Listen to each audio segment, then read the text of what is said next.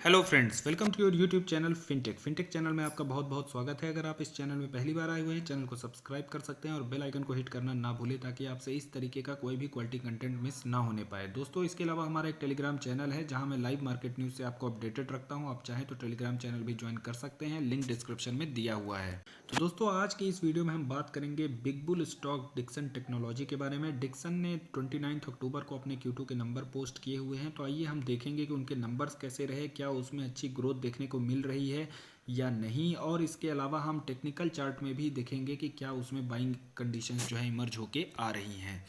तो दोस्तों, यहाँ पे हम देख रहे हैं इनके कंसोलिडेटेड रिजल्ट्स, और जो सारी वैल्यूज़ हैं वो मैं आपको बता दूं कि लाख रुपीज़ में यहाँ पे आपको दिखाई गई हैं। तो अगर हम यहाँ पे इनका टोटल इनकम देखें तो आप देख सकते हैं कि 2,80,473 लाख रुपए इनका जो है तो टोटल इनकम हमें इस क्वार्टर में देखने को मिला। जबकि सेम क्वार्टर प्रीवियस ईयर की बात करें तो वहाँ 1,63,899 लाख रुपए हमें देखने को मिला था। प्रीवियस क्वार्टर की बात करें तो वहाँ 1,86,767 लाख रुपए हमें देखने को मिला। तो यानी कि देखा जाए तो एक बहुत अच्छा जो है तो हमें इनके इनकम में ईयर ऑन ईयर और क्वार्टर ऑन क्वार्टर दोनों के कंपैरिजन में हमें एक अच्छा यहाँ पे रेवेन्यू बढ़ते हुए से दिख रहे हैं।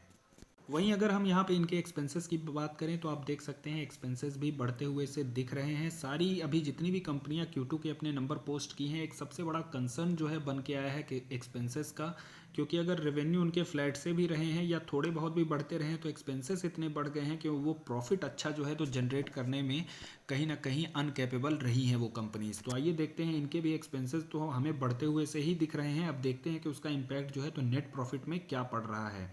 तो यहाँ पे नेट प्रॉफिट में हम देख सकते हैं कि इनके जो नेट प्रॉफिट है वो काफ़ी अच्छे क्वांटिटी में आपको बढ़ते हुए से दिखाई देंगे। यहाँ अगर सेम क्वार्टर प्रीवियस ईयर की बात करें तो लगभग 20% का उछाल जो है तो हमें इनके नेट प्रॉफिट में देखने को मिलता है। और प्रीवियस क्वार्टर से कंपेयर करें तो आप देख सकते हैं मोर देन 3 टाइम्स जो है तो ये अपने जो नेट प्रॉफिट है वो इम्प्रूव करते हुए से दिख रहे हैं। तो दोस्तों, यहाँ पे एक्सपेंसेस तो इनके बढ़े हैं, लेकिन इन्होंने रेवेन्यू में इतना अच्छा अपना उछाल बनाया हुआ है जिसकी वजह से इनके प्रॉफिट जो है तो इस बार डिक्लाइन होते हुए से हमें नहीं दिखे हैं।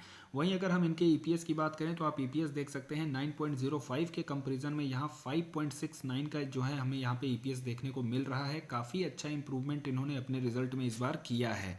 प्रीवियस क्वार्टर से कंपेयर करें तो वही स्थिति आपको देखने को मिलती है। मोर देन 3 टाइम्स इनके ईपीएस में सुधार हमें देखने को मिल रहा है। तो दोस्तों, अगर हम यहाँ पे एक हाईलाइट की बात करें Q2 के कंपैरिजन की इस फाइनेंशियल ईयर और पिछले फाइनेंशियल ईयर में, तो आप देख सकते हैं कि यहाँ इनके रेवेन्यू 71% से हमें ग्रोथ देखने को मिल रही है। इबिट्टा में लगभग 24% से ग्रोथ देखने को मिल रही है और प्रॉफिट आफ्टर टैक्स आप देख सकते हैं 20% से यहाँ ग्रो करते हुए हमें दिखाई पड़ रहे हैं। इसके अलावा अगर हम यहाँ पे मार्जिन की बात करें तो आप देख सकते हैं कि ऑपरेटिंग प्रॉफिट मार्जिन हमें थोड़ा सा डिक्लाइन होते हुए दिख रहे हैं। इबिट्टा मार्जिन की बात करें तो सेम स्थिति वही देखने को मिल रही है। और प्रॉफिट आफ्टर टैक्स की अगर हम बात करें तो वो कहीं ना कहीं हमें थोड़ा सा इंप्रूव होते हुए दिखे हैं। लेकिन मार्जिन की अगर हम बात करें तो आप देख सकते हैं मार्जिन जो है यहाँ पे, चाहे इबिट्टा मार्जिन हो, चाहे प्रॉफिट बिफोर टैक्स के मार्जिन हो और चाहे ऑपरेटिंग मार्जिन हो, वो हमें थोड़े से यहाँ पे डिक्लाइन करते हुए दिख रहे हैं। तो दोस्तों, आगे चल के हम देखेंगे उसका रीज़न क्या है। कहीं ना कहीं ये जो रीज़न है ये आपके रॉ मटेरियल का कॉस्ट हो जाता है, जो और थोड़े से एक्सपेंसेस बढ़ने की वजह से ये जो मार्जिन है आपके थोड़े से घटते हुए से दिखे हैं। लेकिन कंपनी ने रेवेन्यू में इतना अच्छा उछाल दिखाया है जिसकी वजह से ये सारी चीज़ें जो हैं तो ज़्यादा फैक्टर इन नहीं कर पाई, और जो मेजर कंट्रीब्यूशन आपको देखने को मिलेगा वो रेवेन्यू का देखने को मिलेगा, जिसकी वजह से आपके प्रॉफिट कंपनी ने बहुत अच्छे इंप्रूव करके दिखाए हैं। बट स्टिल कंपनी के लिए ये जो बिट्टा मार्जिन है और ये प्रॉफिट बिफोर मार्जिन है और ऑपरेशनल मार्जिन है, ये एक कंसर्न जो है तो बनता हुआ सा हमें यहाँ पे दिख रहा है। चलिए, सेगमेंट वाइज अगर हम बात करें तो आप देख सकते हैं कि कंज्यूमर इलेक्ट्रॉनिक्स में इनका जो है तो सबसे ज़्यादा जो रेवेन्यू कहीं से अगर आ रहा है, टोटल रेवेन्यू की बात करें तो कंज्यूमर इलेक्ट्रॉनिक्स का कंट्रीब्यूशन सबसे ज़्यादा हमें यहाँ पे देखने को मिल रहा है। और उनके जो रिजल्ट की अगर बात करें तो आप देख सकते हैं कि प्रीवियस क्वार्टर से अगर हम कंपेयर करें, माफ़ कीजिएगा, सेम क्वार्टर और प्रीवियस ईयर से कंपेयर करें तो ये जो है तो आपको बढ़ते हुए से ही दिखाई पड़ रहे हैं। लाइटिंग में भी आप देख सकते हैं, इस वाले सेगमेंट में भी आपको जो है तो रेवेन्यू और प्रॉफिट एक अच्छे ट्रेंड में, आपको अपवर्ड ट्रेंड में ही देखने को मिलेंगे। वहीं अगर होम अप्लायंस की बात करें तो आप देख सकते हैं कि यहाँ पे भी रेवेन्यू और प्रॉफिट जो है आपको बढ़ते हुए से दिख रहे हैं। इसके अलावा एक अच्छे जो यहाँ पे एक अच्छा खासा जो रेवेन्यू इनका जो जनरेट होता है वो मोबाइल और ईएमएस डिवीज़न से भी होता है, और यहाँ पे भी कंपनी जो है तो आपको ग्रोथ करती हुई दिख रही है। तो दोस्तों यहाँ पर अगर हम एक्सपेंडिचर एनालिसिस करके देखें तो आप देख सकते हैं जो रॉ मटेरियल का कॉस्ट है वही एक्सपेंसेस में काफ़ी ज़्यादा इम्पैक्ट करता हुआ दिख रहा है। वहीं बाकी जो एक्सपेंसेस हैं कंपनी कहीं ना कहीं कंट्रोल करती हुई सी दिख रही है। लेकिन ये एक चीज़ है जो इन्फ्लेशन की वजह से कहें चाहे और दूसरे कोई रीज़न भी हो सकते हैं जिनकी वजह से रॉ मटेरियल कॉस्ट इनका जो बढ़ता हुआ सा हमें दिख रहा है। आप देख सकते हैं कॉस्ट ऑफ मटेरियल कंज्यूम्ड ये कहीं ना कहीं हमें बढ़ता हुआ सा दिख रहा है, जिसकी वजह से सिर्फ डिक्सन की ही नहीं, आप किसी भी कंपनी के जो रिजल्ट हैं उठा के देखिए, वहाँ पे आपको रॉ मटेरियल कॉस्ट जो है काफ़ी ज़्यादा इम्पैक्ट करता हुआ दिखेगा एक्सपेंसेस में। सबसे ज़्यादा प्रॉब्लम जो हुई है वो केमिकल सेक्टर की कंपनी में हुई है, चाहे एशियन पेंट्स हो जाए, चाहे दीपक नाइट्राइट ले लीजिए, चाहे नवीन फ्लोरिन ले लीजिए। सारी कंपनियों में जो है तो रॉ मटेरियल कॉस्ट जो है तो काफ़ी ज़्यादा उनके प्रॉफिट को हैमर करता हुआ दिखा है। बढ़ते हुए क्रूड ऑयल के प्राइसेस और जो इन्फ्लेशन है उसकी वजह से रॉ मटेरियल कॉस्ट काफ़ी बढ़ते हुए से दिख रहे हैं, जिसकी वजह से कंपनी को कहीं ना कहीं एक स्टेप लेना होगा और एक्सपेंसेस को कंट्रोल करने के बारे में सोचना होगा, ताकि आने वाले क्वार्टर में उनके जो रिजल्ट्स हैं थोड़े से हमें इनलाइन होते हुए दिखें। कंपनी के अगर हम अदर फाइनेंशियल रेशियोज़ की बात करें तो आप देख सकते हैं आरओसी बहुत ही शानदार है 30% का। रिटर्न ऑन इक्विटी की बात करें तो 26% का। कंपनी फंडामेंटली बहुत ही शानदार है और कंपनी को जो है तो आत्मनिर्भर भारत का सपोर्ट है, पीएलआई स्कीम का बहुत ही अच्छा बेनिफिट देखने को मिला है। और इलेक्ट्रॉनिक सेगमेंट की अगर मैं बात करूं तो डिक्सन जैसी एक नहीं बहुत सारी कंपनियों की इस देश को ज़रूरत है अगर कंपनी को इकोनॉमिकली कहीं ना कहीं चाइना के साथ टक्कर लेनी है तो। इसके अलावा कंपनी की जो है तो मैंने कई बार वीडियो जो है तो डिक्सन के बारे में कवर की है, उनकी कई सारी न्यूज़ को कवर किया है। पिछले आप मेरे कुछ वीडियोस देखेंगे जहां मैंने डिक्सन की एक न्यूज़ कवर की थी कि ये 5G नैनोमीटर टेक्नोलॉजी वाले स्मार्टफोन्स जो हैं तो यूएस को एक्सपोर्ट करने वाले हैं, उसका कॉन्ट्रैक्ट मिला हुआ है। वहीं एसर के साथ लैपटॉप बनाने का इनको जो है तो कॉन्ट्रैक्ट मिला हुआ है। नोकिया के साथ इनकी डील देखने को मिली है, बोट के साथ देखने को मिली है। तो ये बड़े बड़े ब्रांड जो हैं तो उनके साथ हमें डिक्सन की डील देखने को मिली है। तो इनकी ऑर्डर बुक की अगर मैं बात करूं तो बहुत ही अच्छी ऑर्डर बुक हमें देखने को मिलती है और उसका जो इम्पैक्ट है वो आने वाले आपको 2 3 4 सालों में देखने को मिलेगा, जब इनके रेवेन्यू बहुत ही अच्छे अमाउंट में ग्रो करते हुए आपको दिखेंगे। दोस्तों इस बार के भी रिजल्ट में यही हुआ, रेवेन्यू बहुत ज़्यादा ग्रो किए लेकिन एक्सपेंसेस उतना ज़्यादा जो है तो कर नहीं कर पाए और कहीं ना कहीं जो है तो इनके प्रॉफिट पर उतना ज़्यादा इम्पैक्ट नहीं पड़ा और प्रॉफिट हमें बढ़ते हुए से दिखे हैं।